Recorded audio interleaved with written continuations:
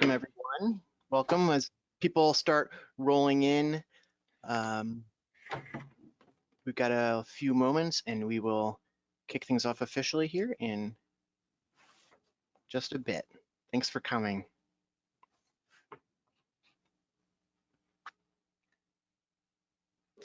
All right.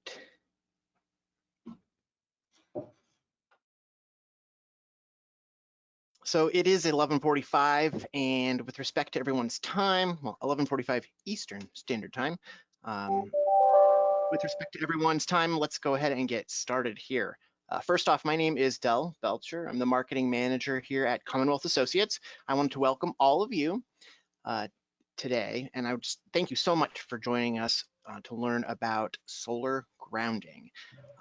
Commonwealth continues to expand our webinar offerings with a way to grow industry awareness, timely topics, issues currently pertinent to the industry. And we're going to continue providing these learning opportunities with informative webinars, hopefully to add extra value to our clients, partners, friends, people you may know within the industry. Our next webinar date is in June. The specific day is still to be announced, so stay tuned for that to our LinkedIn and other social media outlets. That one is going to focus on arc flash challenges on battery energy storage systems. So very important topic as BESS continues to grow and be important in what we're doing here. At the conclusion of the presentation, you're going to receive a certificate for the webinar today, as well as details regarding your PDH credit. The webinar is worth 1 PDH credit. Today, I have asked my colleagues, Dan Heider and Rich Kyle, to share their extensive grounding expertise and insights as it relates to ground grid design for solar applications. If you are not familiar with GoToWebinar, there is, or GoToMeetings interface, there is a chat feature that will be open, so feel free to discuss amongst yourselves. Jot down any questions. There's also a questions and answers box that you can submit a question. We will be answering questions at the end of the presentation, so we'll have 10 minutes or so to do that. So any questions that you have, I'll definitely note them and we'll get them to Dan and Rich at the end to answer for everyone's enjoyment. Let's see, what else do we have here? I think that's about it. So if you have any issues with anything, just raise your hand and we'll get to you and make sure that those issues get addressed as best as we can. And now, without further ado, I'm going to turn it over to Dan and Rich to introduce themselves. All right, take it away. Hi everyone, my name is Dan Heider. I'm an electrical engineer at Commonwealth Associates in our substation department, and I am very much so looking forward to talking with everybody today about grounding, and specifically in applications related to solar installations. So with me I have Rich Kyle, and I'm going to start off this presentation and I'll kick it over to him and let him introduce himself when he gets there. So without further ado, let's talk a little bit about the agenda. So here's some of the items that we're going to discuss today. We're going to talk about solar systems and what their components are. We're going to talk about the grounding components of those systems and how they interact with each other. We're going to talk about the applicable IEEE guides that are related to grounding and that are applicable for solar as well. And we're also going to have a general discussion about the grounding design approach. So at that point there, I'm going to kick it over to Rich Kyle, and Rich has got a neat example of a solar system that he has modeled in WinIGS. And we're going to use that model to try to demonstrate some of the impacts of how these systems interact with each other and what happens when you change some of the parameters, like distance between the stations or size of the stations, variations of the system configuration, to have some awareness on what the impacts are. And then we'll wrap it all up and do the Q&A like Del mentioned. So with that, let's roll into it. So a solar system and its components. I think for the purposes of this presentation, we've kind of broken these down into 3 main components. So in this example here, we're looking at a scaled version of a hypothetical solar plant and solar system with the 3 major components that we're going to be discussing a little bit further. So in this example here, we have a PV plant. This example is about 1,400 acres of PV panels. 10 acres for a megawatt, maybe 140 megawatts ballpark. And a scale depiction of what a collector substation would look like in relation to that. So the collector station is our second component, and that is grabbing all the energy that's coming from the PV panels and bringing it into one convenient location, stepping it up and sending it to an interconnection station where we actually couple this to the grid and interject the energy onto the system. So let's take a closer look at these components and start off with a PV plant. So a PV plant, mainly from a plan view, comprised of PV panels, but there is miscellaneous power electronics and equipment inside of that that needs to be grounded. So we have the PV panels themselves, the supports for those panels, step-up inverters or step-up transformers to step it up to AC to collect the energy, and the miscellaneous power, low voltage power electronics and distribution systems. So these are going to have this type of equipment here that's littered out there is going to have a typical grounds. We're going to have, you know, potentially a below grade grounding system of copper. Maybe these are just bonded to periodic rods. We have an array of steel supports that are embedded into the ground, and we have the sheer size of this system that's interconnected and the soil that's inherently underneath it. And let's talk about the grounding interactions, I guess, between with this system. So I mean, this system here is going to be adjacent to our collector station, and it's going to have potentially some ground connections that actually tie the two systems together. So one grounding system with a ground potential rise is going to potentially have an impact on the other system. So move on to the next component, which is our collector station. So in this example here, we've got some feeders that tie in the medium voltage collection system from the PV yard, and we bring it into one convenient bus. We couple it with a transformer, switch it on the high side, and we send it off to be interjected onto the system.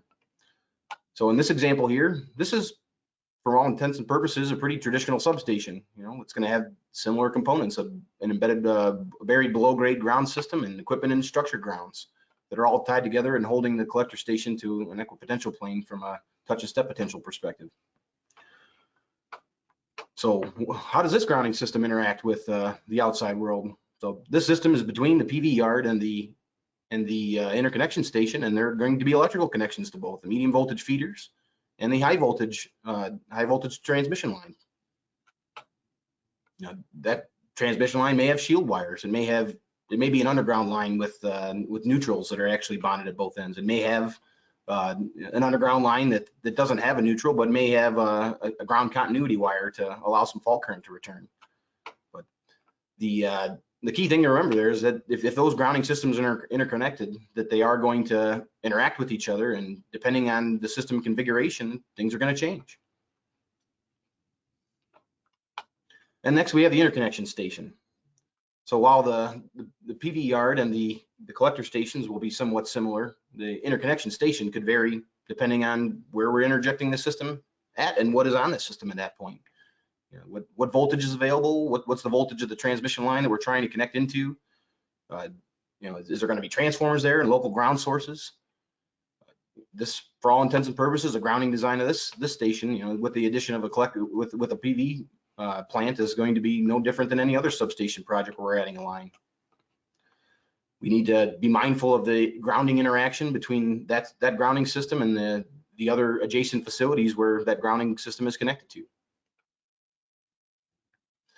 So going back to this figure here, if we look at, again, this plan view of this example, these green wires here represent potential ground connections between these systems. And if we look at this at this scale, we can see that this is not something where we can look at this by itself, or look at this by itself, or look at this by itself. If we have system events at the interconnection station and we have ground connections that tie these systems together, we will be having an impact on the collector station system. And if that system is tied together from a grounding perspective into the PV plant, there will be an interaction with that system as well. If some of these connections are intentionally left open, there is going to be an interaction because of the proximity of this large grounding system, this large ground source here, which is the PV array, is in close proximity to our grounding system for the collector station. So in these type of examples, you know, we have to be mindful of all these components and how they interact with each other. So where do we start with? We've got IEEE guides that can help us along the way. From a substation perspective, one of our handy tools that we've used in the past and continually use is IEEE Guide 80, which is the IEEE Guide for Safety and AC Substation Grounding. This is a staple for us for a tool that we use to give us direction and guidance on performing grounding designs in our substations that will result in safe conditions for people inside the substation and relatively outside the substation during fault conditions. We also have a relatively new standard, IEEE 2778. This is a IEEE guide for solar plant grounding for personal safety. So again, IEEE 80, it essentially provides us the design criteria for a safe design for tolerable touch and step voltages. IEEE 2778 discusses areas of concern when grounding a solar plant. So there's a little bit of a misconception between these guides, with IEEE 2778 being relatively new. There are some things we have to consider here in language in that guide that is could be somewhat a misconception from our perspective. There's some language in that guide that talks about how IEEE 80 doesn't apply in certain applications of solar grounding design, and from our perspective, there's no reason why we can't leverage the tools and physics and information that's inside of IEEE 80 to address some of these concerns when it comes to solar grounds.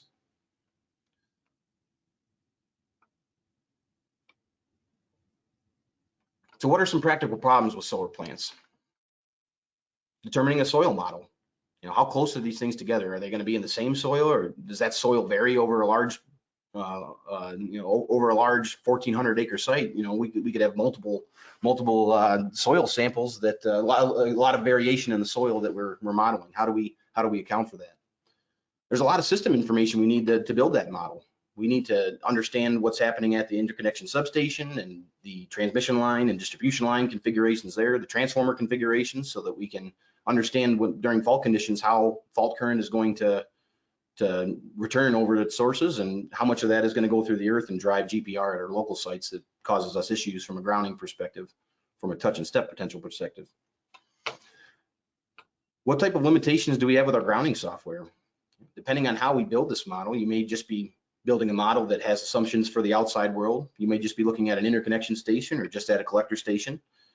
But if we are going to build a full system, a full model that encompasses the entire system, there may be some limitations, because that model can get pretty big when we're talking about 1,400 acres of ground rod arrays that are essentially mocked in there to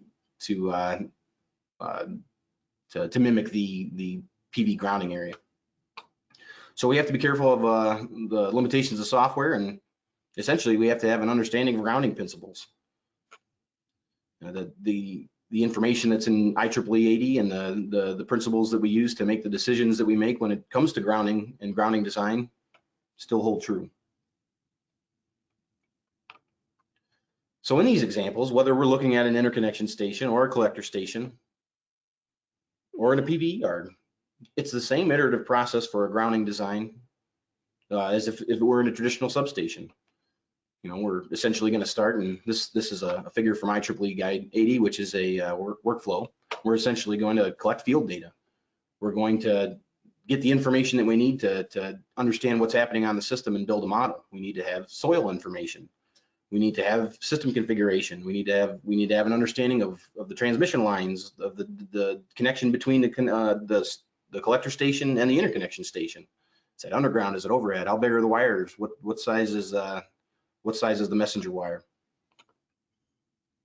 We'll have to determine the fault that produces the maximum GPR at the interconnection station, the collector station, and the solar plant to understand truly what's happening when all this stuff is interconnected and modeled. And ultimately, what we're trying to do here is verify that actual or calculated touch and step potentials are less than what we've calculated as tolerable. And there's no reason we can't do that in a PVR just like we would in a normal substation. So with that, I'd like to kick it over to Rich Kyle, who's going to go over an example and dive into this a little bit further. So with that, Rich. Good morning, everybody, or almost good afternoon. I'm Rich Kyle, and I've also work at Commonwealth, and I've been there quite a few years. And before that, I worked for Dayton Power and Light for almost 35 years. I've really been involved with Guide 80 since 1976 when I became a member of the working group. And I've been chairman of the working group responsible for Guide 80 since 1986. And so what Dan was talking about, we have to be able to apply the safety criterias during Guide 80 to lots of situations, not only the solar area, but to the collector and to the interconnection substation. But Guide 80 can also be used if there are connections out in the world, other places. The safety criteria for tolerable touch and voltage can be used throughout the distribution system or wherever in an electrical system. So I'm going to kind of give you a quick description of the WinIGS model. This is a model that is in IGS as one of their examples. And what I ended up doing was I just took this example and I modified it in different ways. And one way I've changed the model was in the original model, the distribution line that is tying the collector station into the utility interconnection substation was 2 miles. So I varied that from 2 miles to 1 mile to a half mile to a quarter mile. And that's the line that Dan is now pointing to. The other thing I changed was in the collector station, I changed the transformer connection from a delta Y to a Y delta to see what that does to the results in the studies. And then the last thing I did was I took the collector, the line, the distribution line between the collector and the interconnection substation, and I opened up the neutral at the interconnection point. So instead of having the neutral tied in at the interconnection, I basically opened up that connection. So with that explanation, we'll kind of go and discuss the ground grid that's located with the solar plant and show you that model, show you the model for the underground cables that are running from the solar plant to the collector, show you the collector grounding system, show you the distribution line that's running in between the two substations, and then the last thing will be the interconnection substation grid. So I'll start with the solar plant grounding system. Okay, so in WinIGS, if the grounding system is attached to each other, it's given a group name, and in this case, it happens to be main dash ground as indicated at 4 different locations. Those locations, those nodes are at the inverter transformer, step-up transformer connections. And so there are 4 of those. And when we look at the spreadsheets, you'll be looking at the currents and the voltages at those particular locations within that main ground system. Excuse me. There's a fence that goes around the whole area of the solar plant, and the solar plant's approximately 2,200 by 2,000, and there's a fence that surrounds that, but the fence is not connected to the grounding system. It's got its own grounding system, and that's identified as fenced dash ground. And there are 2 nodes on that, and those nodes will indicate what the voltages and the currents are at those locations, and that's the current that flows into the earth. So just keep that in mind, what each one of these nodes means and where it's located at, because those are going to show up in the spreadsheets that will show the different voltages as we change configurations. Okay, then the next slide shows the collector feeder cables. These are the feeder cables that run between the collector substation, and that point on that is PV-02, and it's connected to the AC bus, and this one happens to be to the inverter step-up transformer that was shown on the previous drawing. And so there's 4 sets of those, each set running between the inverter step-up transformer to the collector. So then we go to the collector, and it has its own grounding system, and this grounding system is identified as sub-dash ground, and the point on that is PV.02, and that's the grounding system. That's how it is identified in WinIGS. And you can see this substation, the collector substation, is 200 by 200. So you got collector, or the solar plants, basically 2,100 by 2,000, and here we got a collector station that is much smaller than that. So then we go from the collector station to the distribution line that is tying the collector station into the interconnections station. So the next slide, Dan, shows that what the configuration of that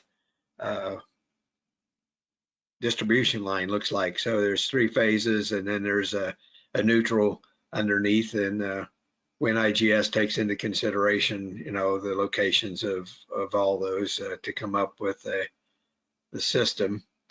And this system runs between PV1, which is basically the high side of the collector station, and it runs to sub 4. So that's the distribution line, and that's the line where in one of the examples I disconnected at the substation, the interconnection substation. So what I did to do that was just open up what would be the breaker, and I'll discuss that when I get there. And then this is just the interconnection sub. And this is a 230 volt, 230 kV high side substation, which is tied in to a transmission line that goes off in 2 different directions. So that's the basic system, and this system is identified as sub 3 on the spreadsheets that we're going to be looking at. So Dan talked about soil resistivity models, and so we have 2 different soil resistivity models, one for the utility substation and one for the collector slash solar plant. And so if these, in this case, they happen to be relatively the same, but in some cases they could be completely different depending on the location. Now we got these things 3 or 2 miles apart, so you wouldn't anticipate there'd be a whole lot of difference in the soil models. But in some cases, You could have the solar plant maybe sitting, on top of a mountain someplace and running down to the collector station. Or not to the collector station, assuming this collector station is close by the solar plant, but you could be running off to a utility interconnection substation that could be 5 or 6 miles down in the valley where the soil is really good. So that's going to have an impact. So another thing that you need to keep in mind when you're looking at the whole system, and that's what we're discussing, is how the whole system interacts between the three locations. Okay, Dan. Okay, so here's what I did with the examples. I changed the distance between the collector and the interconnection from 2 miles down to a 1/4 mile. And what I'm going to show you is the 2 mile and the 1/4 mile results. Now we change the transformer in the collector station from a delta Y to a Y delta. I did that for the different difference in distances. And then the last thing I did was I disconnected the neutral that was tying on that distribution circuit that tied the two substations together, the collector station and the interconnection station together. So I looked at a lot of data, and one of the features of a WinIGS is you can pick a point in the grounding system and just ask it to go find the fault that will cause the maximum ground potential rise at that location. So that's what I ended up doing. So I asked it to determine what the maximum ground potential rise would be at the solar plant. And as it turns out, that the maximum ground potential rise is caused by a fault in the interconnection, which is 3 miles away or 2 miles away or a 1/4 mile away, depending on where it happened to be modeled at. So with a delta Y transformer and with the neutrals connected, the maximum ground potential rise at the solar plant is determined by a fault at the interconnection. So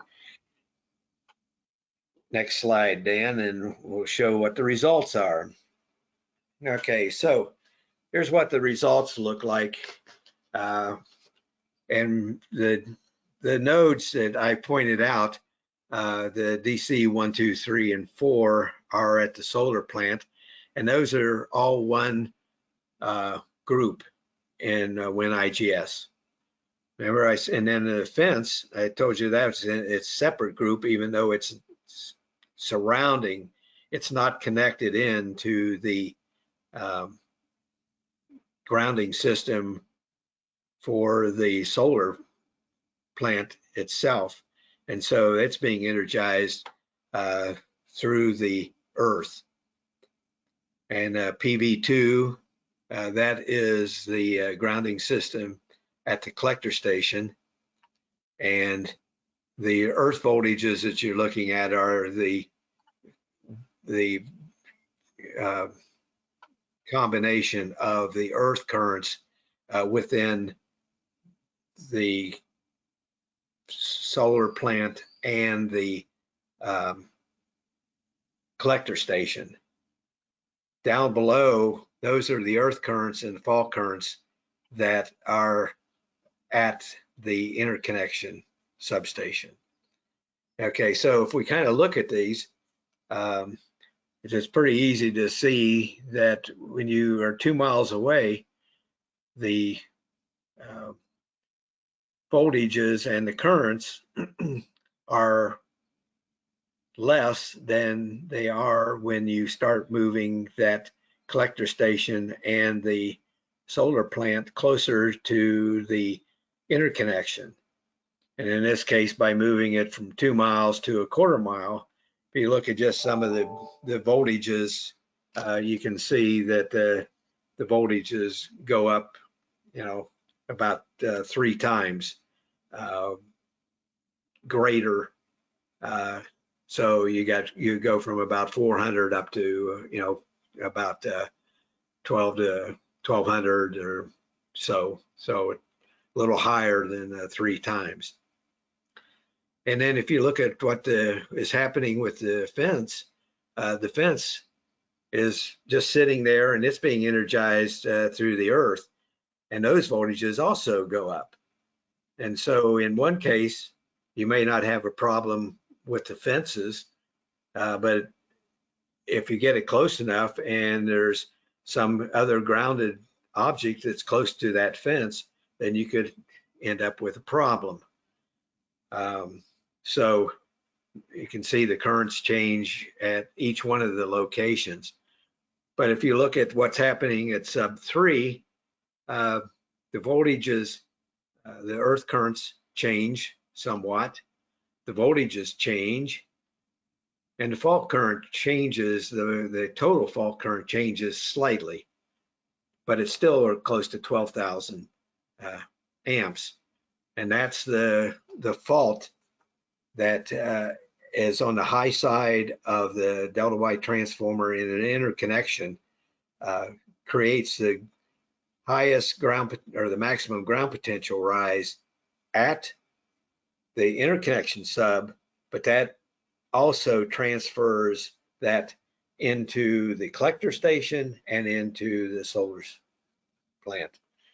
So kind of keep in mind the currents and voltages that you're looking at on this chart, and then we'll go to the next one where we change the connection in the transformer connection in the collector station from a delta Y to a Y delta. And if you look at these, you can see that the voltages and the currents have changed pretty dramatically within the solar plant and within the collector station itself. If you want to flip back, Dan, real quick to the other one, you can see that the currents and the voltages have changed pretty dramatically. Again, the maximum fault ground potential rise was caused by a fault at the interconnection substation. Okay, go back. Okay, so if you look at this case, that fault at the interconnection creates the maximum ground potential rise at the solar plant. But they're higher when it's delta Y and lower as a Y delta. But if you look at what's happening at sub 3, there's not a whole lot of difference happening at sub 3 because that's where the fault is. And so it reacts pretty much the same. So what's happening on the low side has some impact on what's happening at on the interconnection sub, but it's limited. Okay, so that's a case where we have I changed the distances between the two substations, and we changed the transformer connections. Now, what happens when we take away the neutral? Okay, now go over to, yeah, right there. I'm sorry, Dan, you were at the right spot. What I did was I opened in WinIGS, that's a connector between the two grounding systems, if you want to look at it like that. And I opened up the neutral connection that would tie the neutral from the distribution line into the grounding system at the interconnection substation. So there is no direct path through the distribution line to tie the neutrals between the collector station and the utility interconnection. And so all the fault current pretty much is going to have to go through the earth as compared when you have a neutral, because when you have a neutral or you have shield wires, the current is going to split between the many different grounding paths, which are the shield wires and the neutrals, and the ground grid, and the current that actually goes through the earth. The current that goes through the earth is what develops the ground potential rise, and ground potential rise, and in turn creates the touch and step voltages within and around the substation. Okay, so when we open up the neutral, in this case, the fault that creates the maximum ground potential rise for a delta Y transformer is no longer at the interconnection substation, but it's actually on the low side, or on the high side, I'm sorry, of the collector station, right where Dan is pointing now. And this is pretty typical in most substations when you have a delta Y transformer. For a typical substation, the maximum ground potential rise is caused by a fault on the high side of the delta Y transformer. And that's kind of the same situation we have here. So this changes the complexion quite a bit with when you have a ground source that's kind of isolated from the interconnection sub. So you can see here what happens with the voltages as you get closer to the interconnection sub. It still has an impact on what we're looking at as far as the voltages. And again, the voltages are approximately 3 times higher when you move the collector station and the solar plant closer to the interconnection sub. But if you look at what's happening down now at the substation itself, the interconnection substation, the fault current is way down. It went from 12,000 down to about 2,000. And then when you got closer to it, the fault current goes up higher, but it's certainly not any place close to the 12,000 amps that we had when we had the neutrals tied together. And actually the currents, the earth currents and the fault current at the collector station goes up dramatically, but it doesn't create a large ground potential rise because, as you see the split factor, most of that current is flowing within the system itself. And so the fault current is actually getting back through the earth in that case. So next one, Dan, we changed the connection from a Y delta. You see similar things happen in this case, except when you go with a Y delta connection, the fault current, the maximum ground potential rise, goes back to the interconnection substation. And it's not at the fault isn't at the collector station. It goes back, and the fault current on the high side of the interconnection creates the maximum ground potential rise at the solar plant and at the collector station. And again, if you look at this, you can see that the fault current is now back to 12,000 amps.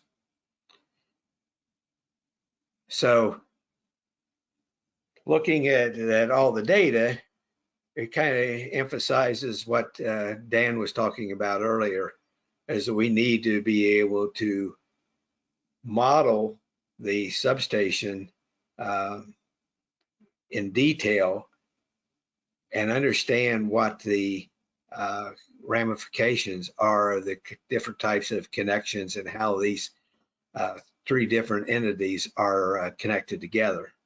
So the next slide we have is kind of showing what the touch voltages are at the substations, at the substation, the collector station, and within the solar plant. And the thing I want you to notice, this is with the interconnections, they're tied together. And we have a Y delta connection and we have a delta Y connection. And I'm sorry, we have the same situation. It's a Y delta. And what I want you to look at is the numbers of the maximum voltage when this thing is at 2 miles, and this grid is actually divided into two different areas to show the touch voltage, the maximum touch voltage, and it kind of splits kind of down the middle of the between DC1 and DC2 and DC3 and DC4. There's a kind of think of a line kind of running from the top of the page to the bottom. There are two different groups that we're looking at the touch voltages, and those touch voltages are with respect to the DC01 neutral. But if you look at the different voltages, the touch voltage with respect to DC1 with the 2 miles apart, it's about 90 volts. The DC2 with respect to DC1 is about 33 volts. And if you look up at the maximum ground potential rise, which is actually located at the around the collector station, that voltage is around 3,000. That really is with respect to the solar plant. So it doesn't tell you if this thing is safe or not. It's just a relationship between the collector and the voltage at this location, and it's 3,000 volts. Next slide, Dan. So what happens when we take it down to 2 miles, or I mean a quarter of a mile, 2 miles? The voltage that we looked at here initially with DC1 with respect to DC1 was about 90 volts, and now it's almost 170 volts. And the voltage of DC2 with respect to DC1 originally was 33, and now it's about 62. And this voltage here, the substation, the difference in the substation voltage compared to this voltage here was 3,000, and now it's about 6,000. So this is just kind of shows you how the impact of how close the solar plant and the collector station is with respect to the interconnection, how that has an impact on all the voltages within all three of the components. Let's put it that way. So, okay, so that's kind of gets us to the point of the conclusions of what we were trying to show you today in our demonstration here. So you want to go to the conclusions. And so hopefully by looking at the by changing the location, the physical location of the solar plant, the collector station, and the interconnection, that impact is really an impact that looks at all three of where those locations are and how they are tied together. In the system model,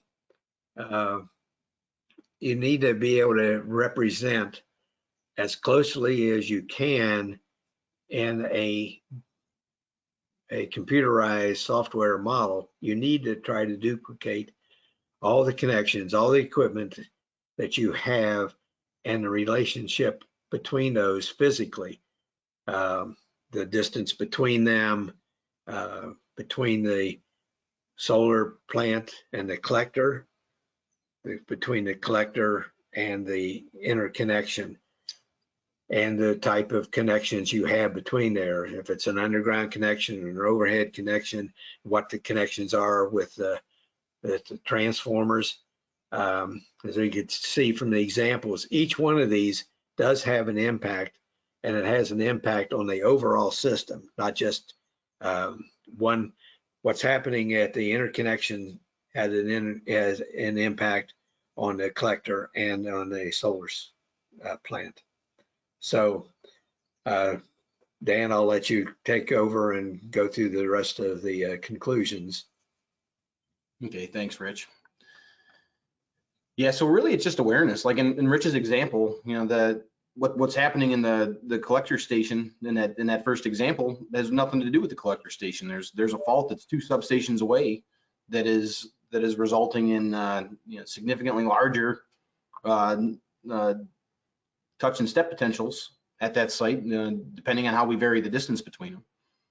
But there's so many parameters there and things that can change, you know, and having that awareness that this grounding system is actually most likely connected to the grounding system of the collector system, which is grounded to which is connected to the grounding system of the interconnection system, which is a potential risk that's introducing transferred voltage outside of that system to other places. So we have to be mindful of that and aware of what that is. And as we look at these different parameters and we change them, you know, you change the area of your grid, you change your you know, is this fence grounded or is this fence not grounded? Is it bonded indirectly? How close is it? You know, how much voltage are we transferring over the earth? And there's that's something that may not think about as we're doing our designs, and that's it's important if we want to put together a safe design. So as Rich mentioned, the system configuration, you know, definitely impact the voltages and currents we observe throughout this model, and that'll be true in the real world as well. So I guess depending on how we vary the system configuration, you may not have as much flexibility at the interconnection station, and at least at the collector station, you know, I think you know, that's can change over time, but essentially we're, at least in our experience, we're seeing more ungrounded Y type, delta Y or YY ungrounded white type connections to the inverters, but that can be different from job to job, and it can have certainly a bigger impact on our grounding systems. So the size of the power plant can cause problems with developing the grounding software model. I know we talked about that, Rich, but I mean, you look at Rich's example there, that was in that example, that was 2,000 feet roughly by 2,000 feet of panels. So if that's in that example there, I think we were looking at 2 MVA for the output, but in you know, the previous example we were going to have 1,400 acres. So that is going to have a huge impact onto your system, and that large ground source is going to definitely have an impact on that entire system, from the interconnection station through the collector and through the PV yard. So understanding of grounding principles and application to software is essential. I mean, we can model this to our heart's intent, but if it doesn't mimic the real world situation, then you know, garbage in, garbage out. So from a selfish perspective, as a consulting engineer, one of the complications that we have when we're doing these type of these types of designs is that we're not responsible for the whole thing. You know, depending on how these projects are, you know, bid out or how they're owned. You know, this may be a smaller solar system that's, you know, wholly owned by the utility, and we have design responsibilities for all 3 of those locations. But there may be other examples where all we're looking at is the collector station, and the outside world to us is a black box.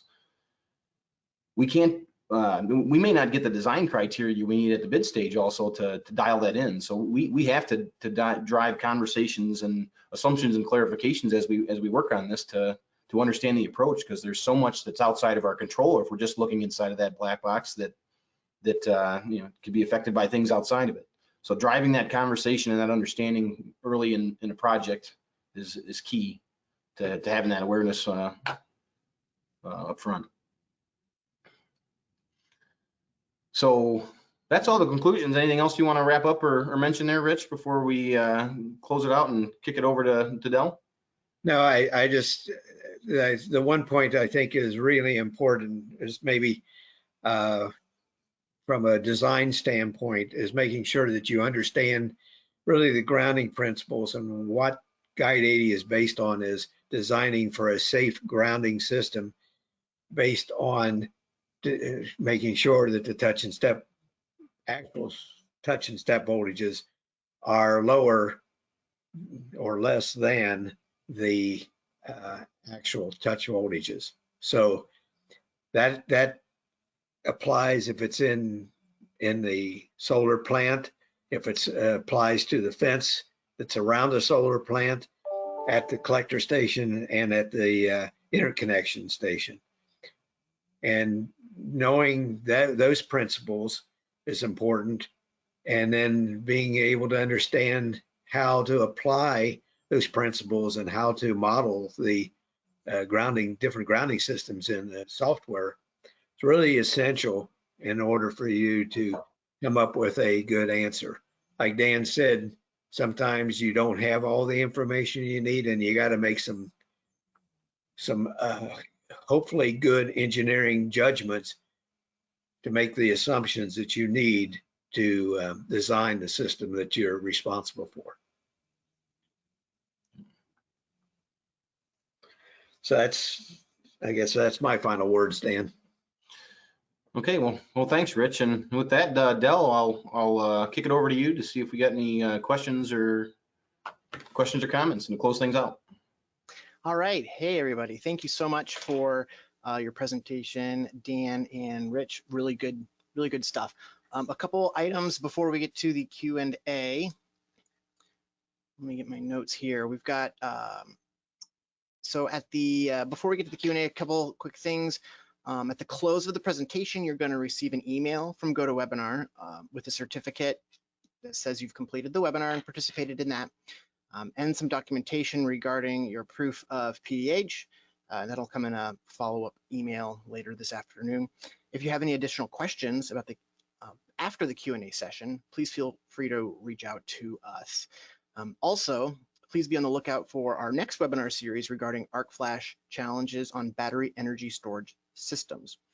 But one more thing, when you log off of the webinar today, there will be a short survey to tell us what you thought. That information is incredibly helpful in preparing future webinars, seeing what attendees are interested in, and getting good content for folks for the future. Again, thank you. My name is Del Belcher. You can contact me at del.belcher@cai-engr with any follow-up questions, and I'll get you those answers. But before then, let's head to the Q&A. So I'm going to read off some of these questions that we've got that have come in, and answer them, either one, Rich or Dan, as best as you are able. All right. So first off, we've got in the one line at the start, you showed a Y delta Y transformer at the collector substation. Do you have a model representing this scenario? So let me go. Were we talking about this one line here? I'm guessing here with the collector. So no, I guess we didn't present this case here, but it would be easy to present it with the information that we have in the model, I guess, which is nice if we have that there. And it's nice to be able to play in the sandbox a little bit and adjust some of these parameters, like the transformer configuration. Mm-hmm. All right. Next question. Can you force SLG fault at a specific location in the model, considering varying clearing times can make the compliance limits much lower? Yeah, so absolutely. I mean, with WinIGS, we have the flexibility to put a fault onto, where we see fit in the model. And in some of these instances, we can even simulate faults in all areas, like Rich was mentioning, and figure out, after all these faults and these iterations, it looks like the one that results in the worst case GPR at the collector station is a fault at the interconnection station 2 miles away, type of thing. Okay. Yeah, Go ahead, Rich. I was just going to say, when I was putting all this information together, I actually put a fault at each one of those points. So I put a fault at the interconnection between the underground cable. I put a fault there. I put a fault at each one of those locations on each one of the cables where it attaches to the inverter step-up transformer. Put a fault at PV01, PV02, and I just followed that all the way around just to demonstrate to myself what was happening. But the most important fault is obviously the one that's going to create the ground potential, the highest ground potential rise at each one of those locations. And basically on the low side of the collector, putting a fault on any one of those still causes the maximum ground potential rise is caused by a fault on the high side of the interconnection. So yeah, you can, and in most softwares, I'm pretty sure you can determine, what the maximum ground potential rise is. In WinIGS, it's a fairly simple process to do that, but you can put a fault, I'm pretty sure, on and most of the softwares at any location in that system that you want. Yeah, and to adjust the time part of that, that's absolutely something that we can adjust, and we can adjust that with the parameters in the model, and you use something that makes sense from what we're actually going to experience, and we typically do recommend that. I think we see a lot of times, more often than not, that people are assuming that it's going to be some larger number, half a second, a full second, and there aren't very many real world applications where we're going to have a fault that's 40K that's lasting that period of time, and if that is happening at, for that duration, that may be your least of your concerns.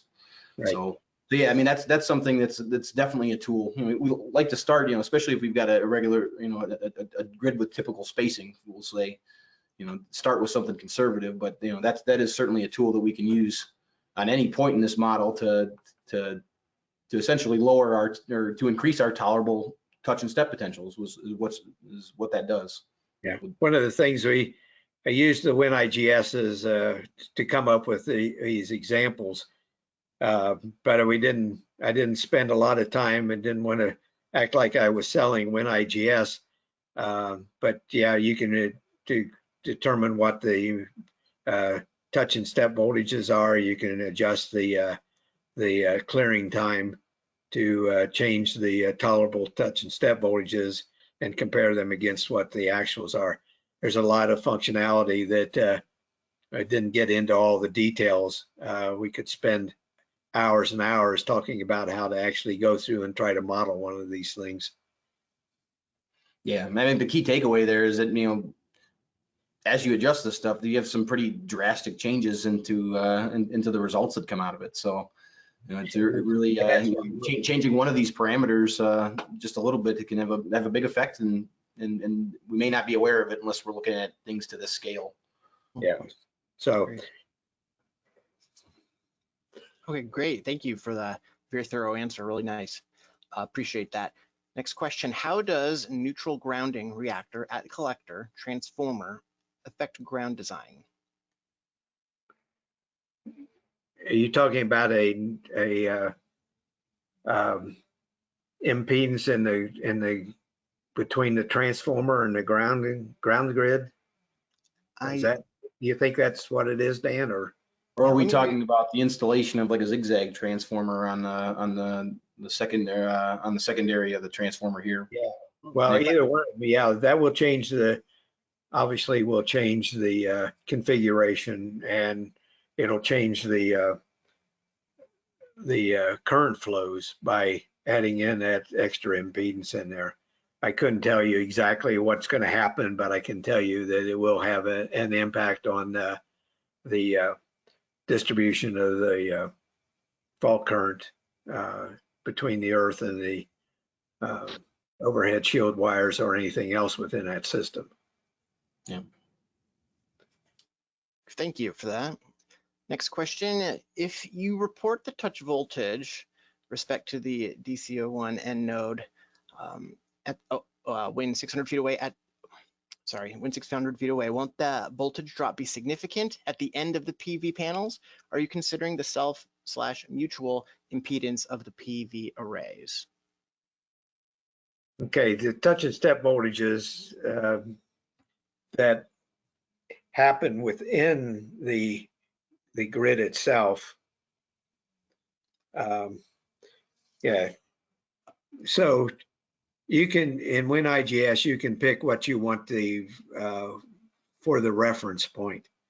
So if you are actually looking at the substation, instead of having it referred to the DC portion or the neutral and the solar, you would actually have it referring to the substation ground grid itself to determine if you had the touch and step voltages were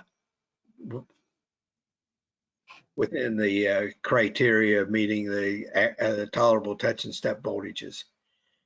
The reason I showed this one versus one of the other ones was that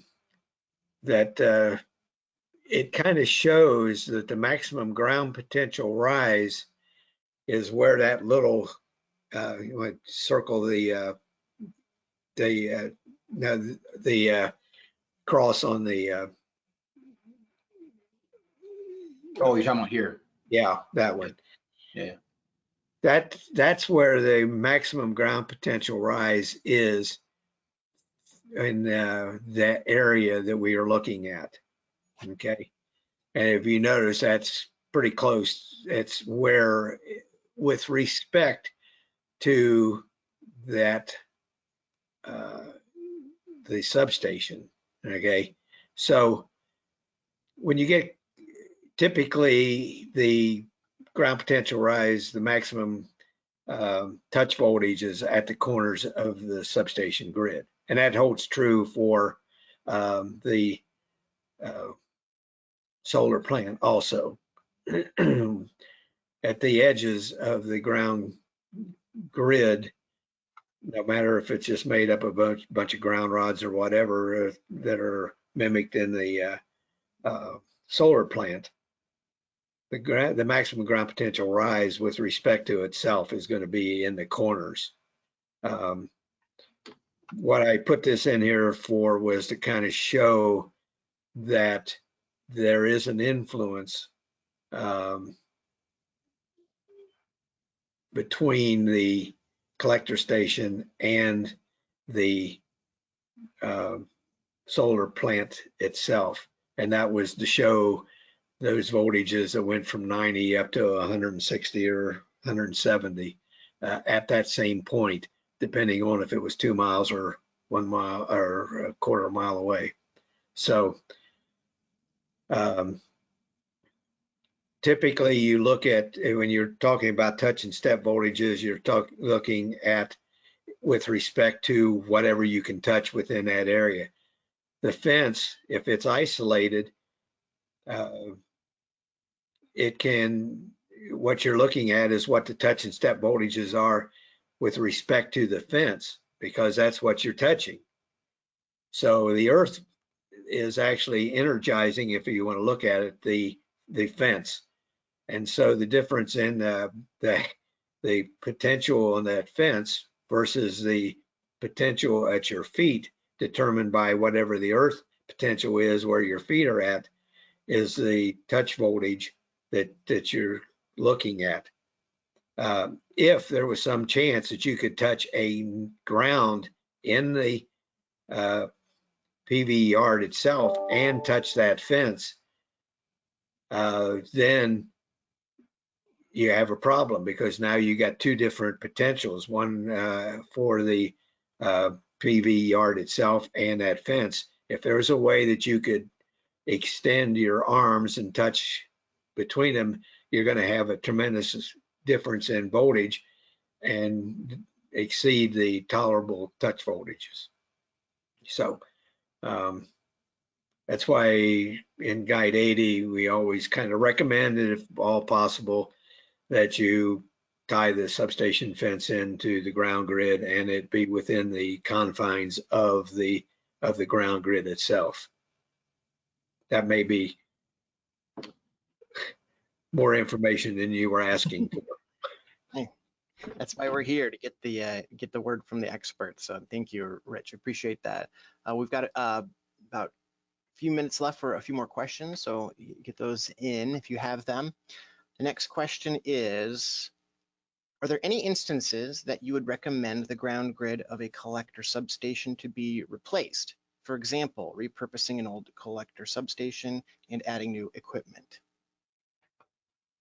I would say anytime that you're going to get it, you go in and you start messing around with adding equipment, expanding the substation, no matter what you're doing, you need to look at the grounding system and look to see if what you did provides for a safe system based on the tolerable touch and step voltages and what the actual touch and step voltages are after you've made that modification.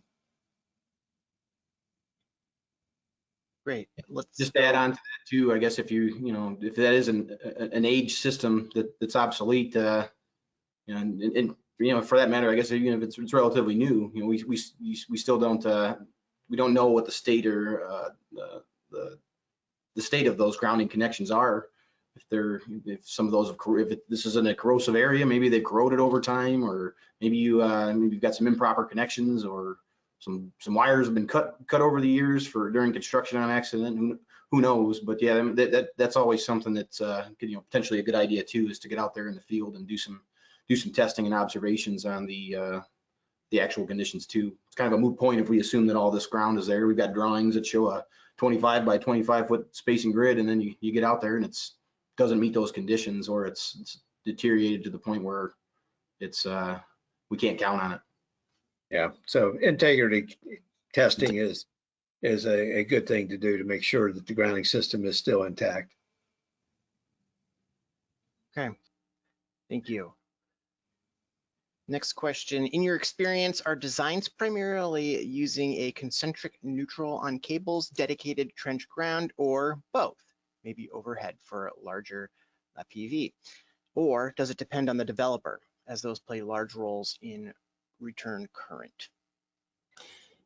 Yeah, so from my perspective here, I think we probably more often than not, we would see, if we're talking about the distribution circuits that leave the collector station and head out to the PV yard, the feeders,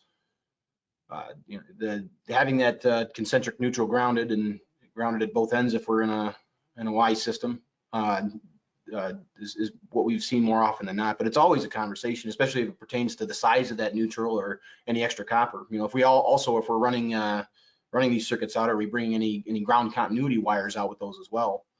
If we're coming at it from an efficiency standpoint, if we can get away without putting those wires in, that makes sense from a cost standpoint to the person bidding on it or the customer, and that would make sense. But it's important that we understand what the implications of that are from a system standpoint and from a grounding standpoint. You may be able to save on a bit of copper there that's your messenger or your continuity wire that's running out with your feeders, but that may introduce more problems than what you save by getting rid of that wire. Yeah, you got to be careful of what that impact might be if you have a high fault current on the cables. The manufacturer will tell you that the shields are only good for a certain amount before you can actually damage the cable. So running another cable alongside of them to help to give you another ground source helps protect the cable. So there's a lot of things that you got to consider, and there's no one answer, I don't think, to You just have to look at the situation and understand it. Great. Yeah, thank you. Thank you for that. I've got just a few more minutes. I've got one other question I'm trying to get a little bit of clarification on, but if that comes back, we'll hit that one. If not, we can always take to the email and answer it later. So I think, well, how about I'll get to that question, asker, and we'll get to that one offline. We have about 5 minutes left in the webinar presentation today. I just want to say thank you all so much for coming. We have our Arc Flash in BESS presentation coming next month. So look out for that through our social media, through our email newsletters. If you are not receiving the email newsletters, we can get those to you. Again, thank you very much to Dan and Richard for presenting today. As a reminder, this presentation will be on demand, and I think you should be getting a link to that. Okay, great. Thank you. Thank you. The question asker got back, and we're going to connect with them offline later on. Appreciate that. So yeah, we have, this will be on demand, so you can share it with people, with colleagues, people in your departments that were not able to make it today, or or just to watch back on your own, along with our other webinar presentations, also on our GoToWebinar platform. Where you're able to watch these whenever you want. It's just the weekend, you're just hanging out, want to watch a cool webinar about grounding and stuff. So again, thank you all for joining us today. Again, I'm Del Belcher, Marketing Manager here at Commonwealth Associates. Again, thank you to Dan and Richard for your incredible wealth of knowledge. And yeah, we look forward to seeing you all again very soon at our next webinar. All right, everyone. That's it. Have a wonderful day. Thank you. Thank you all. Thanks.